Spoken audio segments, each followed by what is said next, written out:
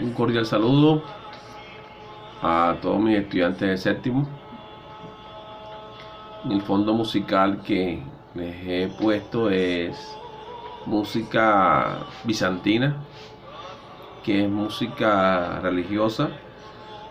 Eso se llama La vida en el sepulcro, que habla sobre la Semana Santa. Entonces esa era la música que se escuchaba en estos tiempos de la Edad Media, que es la que vamos a ver en esta oportunidad. Vamos a ver dos temas muy importantes que van a ser los reinos germánicos y el imperio bizantino. Primero que todo los voy a ubicar en el tiempo. Vamos a poner que vamos a poner que esta es una línea del tiempo, ¿no? Que esta línea del tiempo va a comenzar desde el siglo V, va a haber un recorrido hasta el siglo XV. Entonces, exactamente es el 476 después de Cristo hasta 1492 o 1453. O sea, aquí se va a comenzar con la caída del Imperio Romano de Occidente. Y cuando llegamos al final de la línea, el siglo XV, vamos a encontrar que esta Edad Media se va a acabar con la caída del Imperio Romano de Oriente o bizantino, 1453. Y también podemos coger como referencia cronológica el descubrimiento de América, que fue en 1492. Entonces, este periodo que se llama la Edad Media va a durar 10 siglos, que son que 1000 años, 10.000 años, ¿cierto? Y que en todo este tiempo el Imperio Bizantino perduró por estos 10 siglos, de que vamos a hablar después de que hable los reinos germánicos. Porque primero vamos a conocer cuáles fueron las causas de la decadencia y la caída del Imperio Romano de Occidente.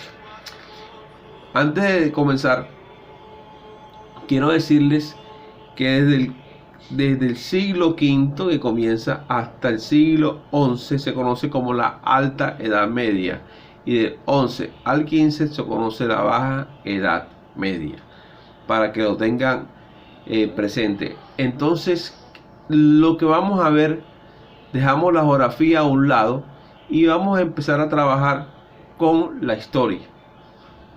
La historia que vamos a ver es la historia de la Edad Media. Vamos a ver sus aspectos políticos, económicos, sociales, y vamos a ver los hechos históricos más relevantes de esta edad, ¿cierto? Una edad donde la iglesia es la que va a tener el poder absoluto. Una edad donde va a haber un sistema económico que vamos a ver después, se llama el feudalismo. Va a haber una de las pestes de que acabaron con un cuarto de la población de Europa, llamada la peste negra del siglo XIV. Una de las más pestes devastadoras a nivel de la historia, junto a la gripe española de a principios del siglo XX y ahora con la pandemia del coronavirus. Entonces vamos a hablarle sobre cuáles fueron las causas de la caída del Imperio Romano de Occidente.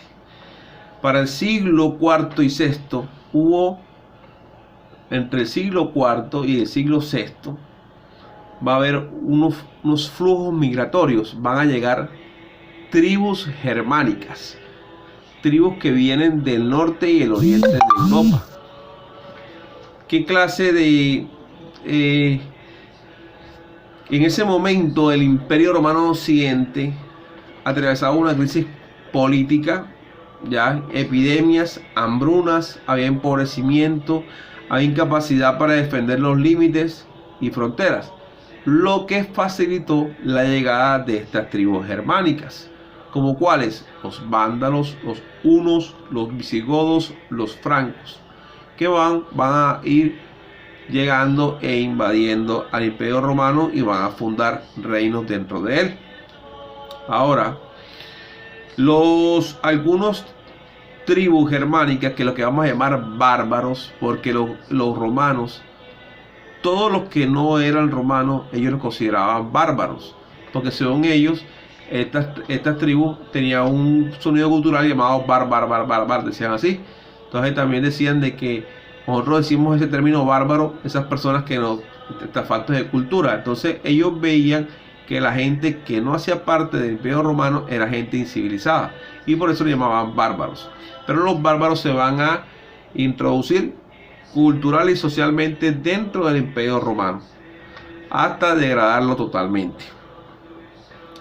Pero los romanos hicieron algunas alianzas con los visigodos, ¿ya? Y los francos, ¿cierto? Para vencer a otras tribus bárbaras, pero que no venían de norte y oriente de Europa, sino que venían de Asia, que eran los hunos, con el rey Atila, donde esta alianza entre visigodos, romanos y francos van a derrotar al rey Atila. Aquí dice que finalmente el líder Odoacro, cierto, que era un rey germánico, va a deponer a Rómulo Augusto en el 476 después de Cristo. Eso quiere decir de que ahí ya decae el Imperio Romano Occidente, que estaba en Roma, ¿ya? Entonces ahí se va a dar la caída final del Imperio Romano. Y tras la caída del Imperio Romano, los reinos germánicos tomaron el control político y militar de Europa. Estos reinos, ¿qué reinos se destacaron? Bueno, los visigodos estaban en la península ibérica, en el sur de Galia. Galia es lo que actualmente es Francia. Los francos estaban en toda la Galia, que es Francia. Los vándalos estaban en el norte de África, principalmente en Túnez, que es un país del norte de África. Los ostrogodos van a estar en Italia, eran como las tribus germánicas más importantes. También estaban los anglosajones, que venían de las islas británicas. Podemos también que qué cambios se dieron en los reinos germánicos al fusionarse con los romanos. Entonces dice que las leyes germánicas estaban basadas en las costumbres, pero al fusionarse ellos de una u otra manera van a recibir la cultura romana y van a adquirir ciertas cosas. Por ejemplo, dieron paso a códigos escritos en latín, ¿ya? La extensión de los cultivos disminuyó, ¿ya? Porque ellos no eran agricultores. La mayoría de estos pueblos bárbaros eran conquistadores y no eran muy buenos agricultores. Los pueblos germánicos se convirtieron al catolicismo y dejaron el arrianismo, que era una especie de religión que adoraban las cosas de la naturaleza. O sea, las tribus germánicas poco a poco se van cristianizando, ya. Y en ese momento el arrianismo era considerado una herejía, ya. Roma perdió su importancia y el Mediterráneo perdió su importancia económica. Esto hizo descender el comercio. O sea, Roma perdió su importancia económica y lo mismo que el Mediterráneo, o sea, el Mediterráneo, que era la primera ruta comercial. Ahora vamos a hablar de algo sobre el Imperio Bizantino, ¿ya? El Imperio Bizantino, que conservó su unidad territorial hasta 1453, como les dije yo. O sea, decae a principios de la Edad Media. Va a acabarse el Imperio Romano de Occidente y se traslada la capital a Bizancio. Bizancio, que llega a Constantino y le cambia el nombre y le va a decir Constantinopla. La capital del Imperio Bizantino va a ser Constantinopla, ¿cierto? Que va a ser la ciudad más importante de la Edad Media. ¿Por qué? Porque era un paso obligado de ir de occidente hacia oriente, la ruta comercial más importante de esa Edad Media, ¿cierto? Para ir productos que venían de Europa hacia Asia, ¿ok? Entonces tenganlo eso en cuenta. Bizancio queda actualmente lo que es Turquía, lo que es Estambul. Ahora seguimos acá y les digo que la cultura del Imperio Bizantino fue la fusión del cristianismo, de las instituciones romanas y la cultura griega. O sea, hubo una fusión de esa cultura, de cristianismo, de la cultura griega y de las instituciones romanas. Se ubicó donde el Imperio Bizantino fue muy extenso ya. Estuvo ubicado en la península de Anatolia, que es Turquía actualmente, la península de los Balcanes, que es lo que es Bulgaria, lo que es Grecia, lo que es Albania, lo que es Macedonia actualmente, y también tenía a los territorios de la costa oriental del mar Mediterráneo. Este Imperio Bizantino estaba formado por grandes centros urbanos, habían comunidades de pequeños propietarios grandes, y la mayoría de los dominios pertenecían a la iglesia y al emperador. El tipo de gobierno era un gobierno centralizado por un emperador que era asistido por unos funcionarios, por una burocracia. La defensa del ejército estaba formada por campesinos y por mercenarios. Ahora, también había un personaje que se llamaba la Logoleta, que eran secretarios de la administración imperial, como de decir el mandarín allá en China, ¿no? Hacía las mismas funciones. El sostenimiento de la corte imperial, la burocracia y el ejército se pagaban con los ingresos derivados de los bienes imperiales y de los impuestos. Una de las cosas más sobresalientes del Imperio Bizantino es hablar de la época de Justiniano en el siglo VI, porque fue como el emperador que más reformas trajo al Imperio Bizantino, el que trajo más logros. Fue donde la etapa de florecimiento, y que tuvo como objetivo principal restaurar otra vez la grandeza del Imperio Romano, la unidad de ese Imperio Romano, volverlo a extender casi por toda Europa. Ordenó la construcción de edificios como un gran hipódromo, el Gran Palacio y la Basílica de Santa Sofía, que está entre una de las maravillas, 7 maravillas del mundo, ya que todavía está ahí. Se recuperó el norte de África, la península itálica y parte de la península ibérica. Volvió a conquistar todos sus territorios. Y tras derrotar y expulsar a los ostrogodos, vándalos y visigodos, se afianzó sobre el otro país que se llamaba Armenia, que todavía existe todavía. Volvió a tomar el control sobre el mar Mediterráneo que se había perdido, ¿no? Y ese control que se había perdido ahí. También hubo dificultades como la peste en el siglo VI, y los disturbios, y también por los disturbios religiosos y políticos. Para el siglo VII y VIII, el imperio, ya con la muerte ya de Justiniano, porque estamos hablando de otro siglo, experimentó una serie de transformaciones debido al abandono de las tradiciones romanas, reducción de la población y el comercio que perjudicó a las ciudades. Para el siglo VII, el griego sustituyó al latín como lengua oficial. El Imperio Romano, el emperador pasó a llamarse Basileus. Algo muy importante para que tengan en cuenta, hay algo que se llama el cesaropapismo, que quiere decir que hubo un momento que hubo una ruptura entre el Papa y el emperador, porque el emperador quería estar por encima del Papa, ¿ya? Ahora también hubo una división entre la Iglesia Apostólica Romana y la Iglesia Ortodoxa, porque ellos tienen algunos ritos muy diferentes. Hasta el momento, la Iglesia Ortodoxa lleva las misas en griego y los apostólicos romanos lo llevan en latín, ¿ya?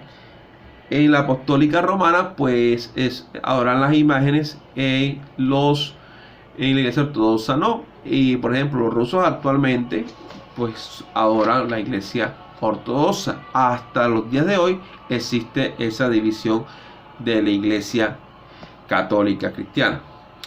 Entonces, sigamos acá, que era muy importante que se los quería decir, que eso es algo muy importante, y que se perdieron la mayoría de después, cuando ya estamos hablando de que empieza como a dejarse de romanizar. El imperio bizantino se convierte más con la influencia griega, ¿ya? Y se pierde la mayoría de los territorios conquistados por Justiniano, a la vez amenazados por grupos como lombardos, búlgaros y venecianos. Los árabes se bañaron de Siria, Palestina y Egipto. O sea que todo lo que había hecho Justiniano de una u otra forma se va perdiendo en los siglos VII y VIII, porque no fueron emperadores que tenían el mismo talante de Justiniano. Algo que se me había olvidado de Justiniano es el Código Civil.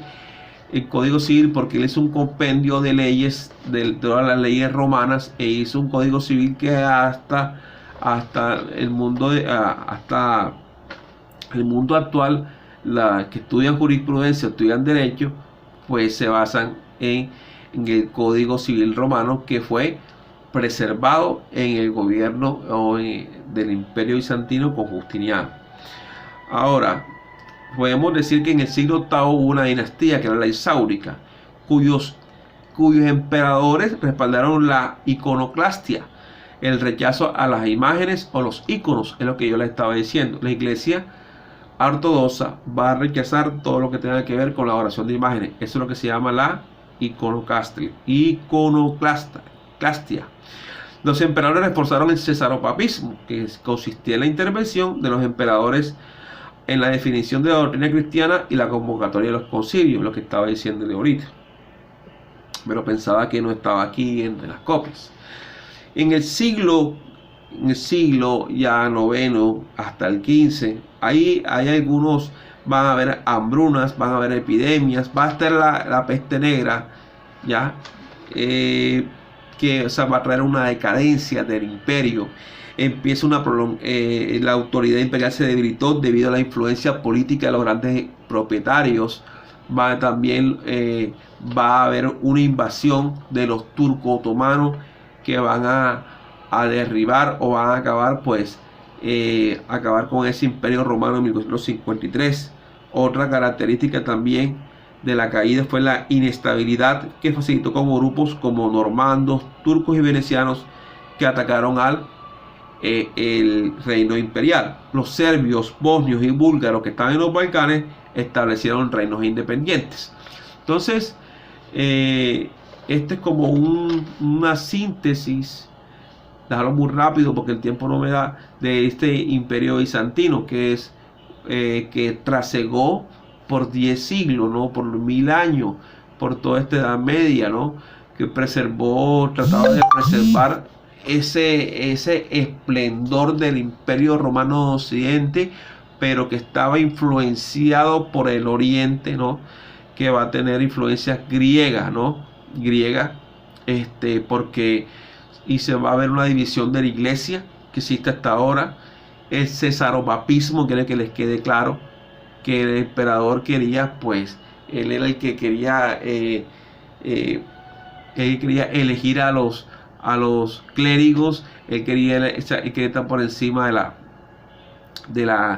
del Papa, y entonces hubo ahí también como un cisma, ¿no? Como una división, ¿ok? Eso es lo que quiero que tengan claro ahí. Si se me ha pasado algo, voy a mirar, no sé, creo que ya. Entonces, tengan en cuenta que los reinos germánicos llegan en el periodo de decadencia al Imperio Romano Occidente y lo terminan de destruir. Pero se da como una fusión cultural donde los bárbaros van a cristalizarse. Algo también muy importante que lo tengan en cuenta es que los reinos germánicos van a traer sus lenguas y se van a fusionar con el latín y van a ser las lenguas romances. ¿Cuáles son las lenguas romances? Español, inglés, francés, alemán, italiano. Entonces mira que así es que se va a dar el nacimiento de muchas lenguas, ¿ya? En otros videos vamos a ver el imperio de los francos, ¿ya? Vamos a ver qué es el feudalismo, ¿ya? Entonces vamos a ver que la iglesia va a ser la institución más importante de la Edad Media, que tengan claro ahí. Entonces miren que creo que no se les olvide que la época de mayor esplendor que fue en el siglo VI cuando estaba Justiniano. Ya Justiniano volvió otra vez a retomar el comercio en el mar Mediterráneo, volvió a conquistar territorios que ya estaban perdidos. A mí se me había olvidado también, cristianizó también todo ese imperio bizantino, porque eran tantos lugares de diferentes partes, con diferentes lenguas, de diferentes religiones. Él trató de homogeneizar todo su imperio, imponiendo el cristianismo. Bueno, ha sido un placer, muchachos, y espero que esta explicación les sirva de algo, ¿ya? Y que estoy atento a todas sus opiniones. Muchas gracias.